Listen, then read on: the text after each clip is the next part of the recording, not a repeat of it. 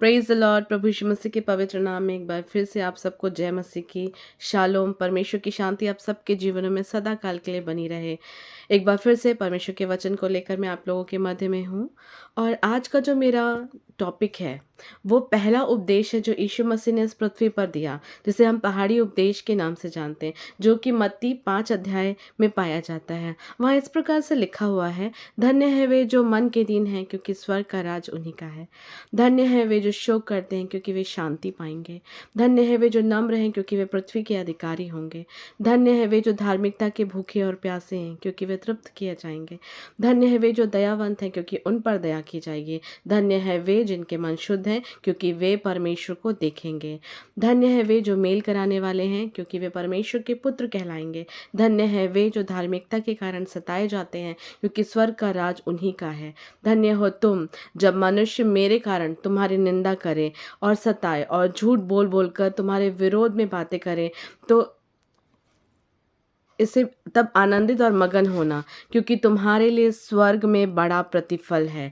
इसलिए कि उन्होंने उन भविष्यवक्ताओं को जो तुमसे पहले थे इसी रीति से सताया था। हालेलुया। सचमुच में वचन हमें बहुत सिंपली इस बात को बताता है कि परमेश्वर कैसे जीवन को हमसे चाहते हैं। परमेश्वर का वचन बताता है हमें मन में नम्र और दीन होना है, हमें दयावंत होना है, हमें शोक करने वाला बनना है, हमें मेल मिलाप करने वाला बनना है, हमारे हृदय को शुद्ध रखना है।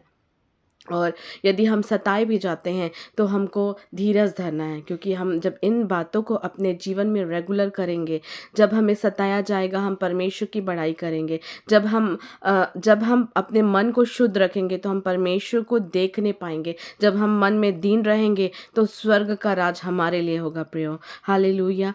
कई बार हमारे जीवन में ऐसी परिस्थिति आती है कि ये सब बातें हम कैरी नहीं कर पाते। हमारे पास दुख आता है, परेशानियां आती हैं या सताव आता है, तो हम इन सब बातों को स्मरण नहीं कर पाते, इन बातों को हम भूल जाते हैं। पर हमें चाहिए कि हम परमेश्वर के कहे इस उपदेश को निरंतर स्मरण रखें, क्योंकि यही हमें मसीही जीवन में जड़ पकड़ने में सहायता और मदद करेगी। जब हम अपने हृदय को, हमारे मन को हम नम्र और दीन रखना सिखाएंगे, जब हम लोगों के प्रति दयावंत रहेंगे, और जब हमें सताया जाएगा तब हम धीरज को धरेंगे, हम शोक में रहेंगे और हम अपने मन को शुद्ध रखेंगे, और इन सब बातों के विषय जब हम आनंद करेंगे तो इसमें हमारे लिए बड़ा प्रतिफल परमेश्वर ने रखा है। परमेश्वर का वचन बताता है कि जब ऐसी परिस्थितियां आए, जब आप परेशान हो, इवन लोग जब आप पर झूठे आरोप लगाएं, जब लोग बुरी बुरी बातें कहकर आपको सताए, तब आप पूरा आनंद मनाना, आप प्रभु को महिमा देना, आप आनंदित और मगन होकर रहना, क्योंकि आप इस दृढ़ निश्चय को रखें। क्योंकि वचन बताता है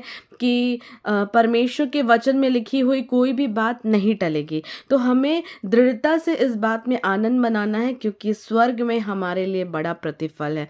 लोग कहते हैं कि स्वर्ग और नरक पृथ्वी पर ही है। ऑब्वियसली आप जो करते हो वो आपको यहीं पर जो हर एक बात जो आप करोगे उसका प्रतिफल आपको मिलेगा, पर कुछ ऐसा प्रतिफल है प्रियो जो सिर्फ और सिर्फ स्वर्ग में मिलेगा। तो स्वर्ग और नरक रियल में है, हमें पूरी तैयारी का जीवन जीना है। जब हम वचन बताता है कि एक बार जन्म लेना और मृत्यु का होना तय है, वैसे ही न्याय का होना भी तय है। हर एक कार्य जो हमें संसार में रहकर करेंगे उसका न्याय होगा।